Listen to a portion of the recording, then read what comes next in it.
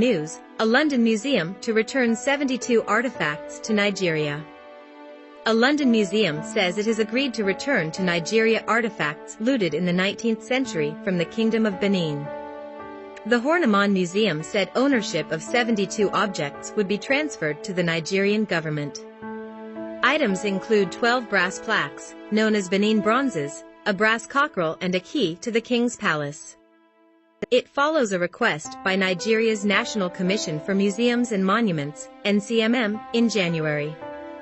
The museum, in southeast London, says it has consulted with community members, visitors, schoolchildren, academics, heritage professionals and artists based in Nigeria and the UK. All of their views on the future of the Benin objects were considered, alongside the provenance of the objects, the museum explained. The museum's chair said it was moral and appropriate to return them.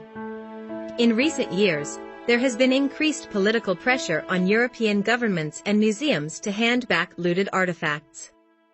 These include ivory carvings and metal sculptures known as the Benin bronzes.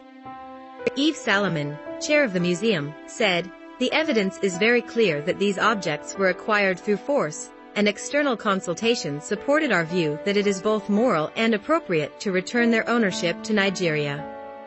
The Horniman is pleased to be able to take this step, and we look forward to working with the NCMM to secure longer-term care for these precious artifacts.